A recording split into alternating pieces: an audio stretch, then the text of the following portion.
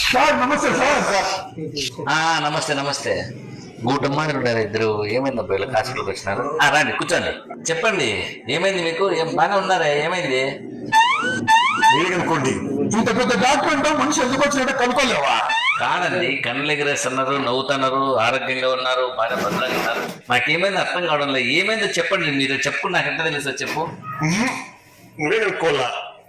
బయట serious patient ఉన్నారండి, మధ్యలో మీరు వచ్చి కూర్చొని నవ్వుకుంటా మీరే కనుక్కోవాలి ఇట్లా అంటారు. సైకాట్రిక్ పేషెంట్ ఏమన్నా? ఏందిగా మనం తిక్కోంటాడు సారు? సాధువులు తిక్కోడు అంటాడు. మనం ఎందుకు వచ్చినామో కనుక్కోలేక అతనికి తిక్కబట్టింది.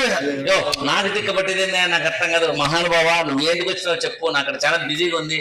బయట బ్యాంక్ దగ్గర వెళ్ళాలి, డబ్బులు వెళ్ళలేదు బ్యాంక్ లో. నాకు ఈ డబ్బులు వేస్తా. ముక్కు ముఖం తెలియదు నీకు, నేను ఎట్లా ఇస్తాను డబ్బులు? నాకు అర్థం కాదు. వచ్చినావు, నవ్వుతావు, ఇట్ట అంటావు, మళ్ళీ డబ్బులు అంటావు. ఏమైందో చెప్పు స్వామి, దండం పెడతా, పని ఉంది.